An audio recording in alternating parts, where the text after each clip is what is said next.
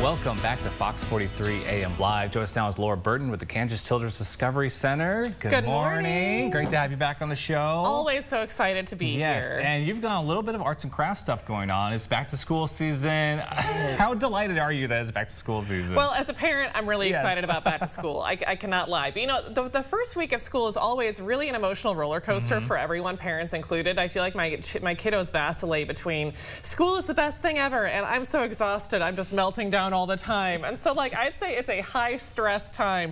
So I was trying to think about activities and I'm like, this is not the time for volcanoes, right? This is not. You don't want the large projects too much. Not quite yet. This is not. Let's do some nice calming things that also, you know, another thing that is really typical of back to school season is just piles of paper. I don't know if other parents have experienced this, but I swear the amount of paper that comes into my home when school starts is just gigantic. So between wanting something relaxing and having a lot of paper around the house, I thought we'd do a little bit of a three-dimensional paper today. I am so excited to see what you have here because I've seen some of these tricks, but this middle one here has me very intrigued. It's intriguing. So you know, this is a really simple craft prompt, and when we talk about teaching kids engineering and science, there's of course highly technical ways you can do that, but really teaching kids engineering is just about giving them a problem to solve and letting them work through it and think about ways to solve it. So the prompt here is just challenging kiddos to use paper, and it can be scrap paper you have around the house, and create something that is a three-dimensional landscape. So create something that comes up off the paper and is three-dimensional. There are lots of ways kids might accomplish that. So here we've got one technique, right? These are some basic arches that kiddos can do, really simple, where they'll fold. They'll probably get to this pretty quickly.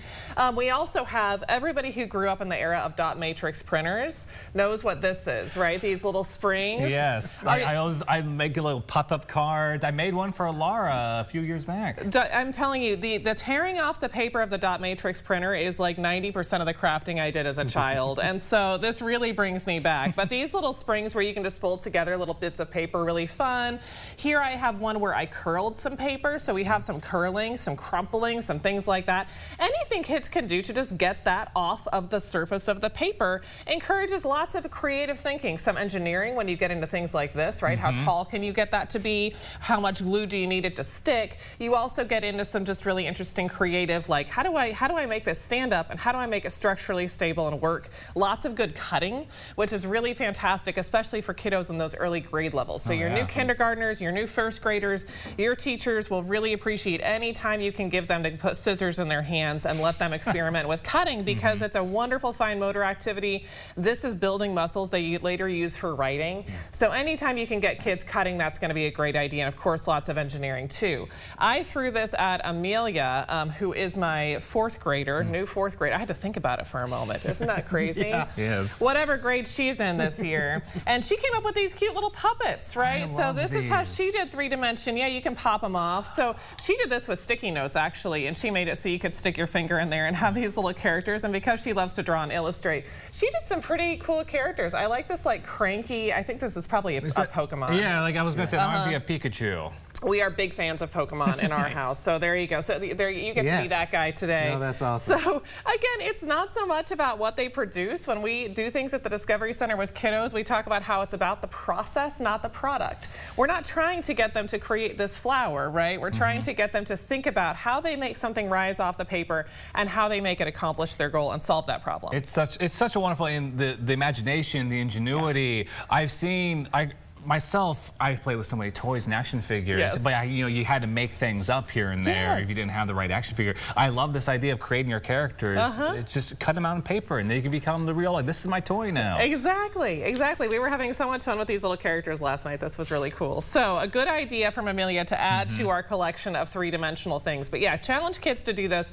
Great way to get back to school. Also, bring them to the Discovery Center. Yes, how's the back to school season going for you guys? Oh, it's going fantastic. You know, things calm down quite a bit when school starts at the Discovery Center. So if people come, they will find that the floor is a little less busy than it has been over the summer when, frankly, we were packed every day.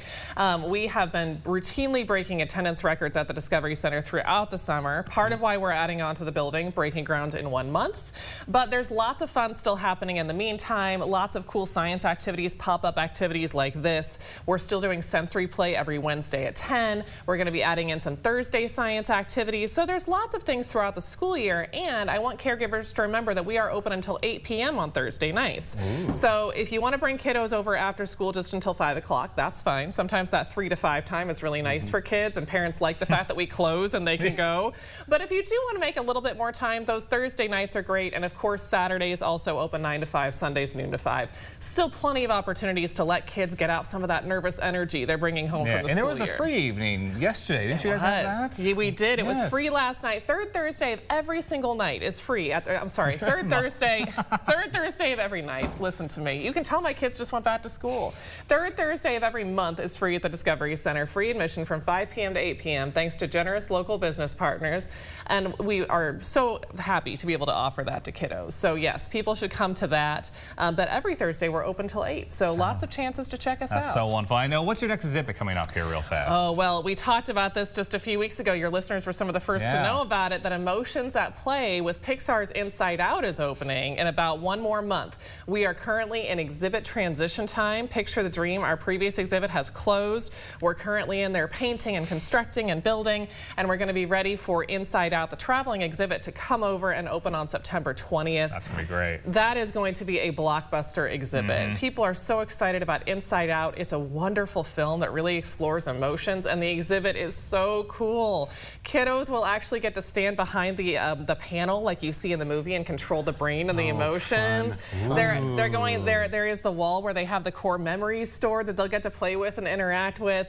A lot of really interesting just activities to get them to explore feelings. So I am very excited about that exhibit.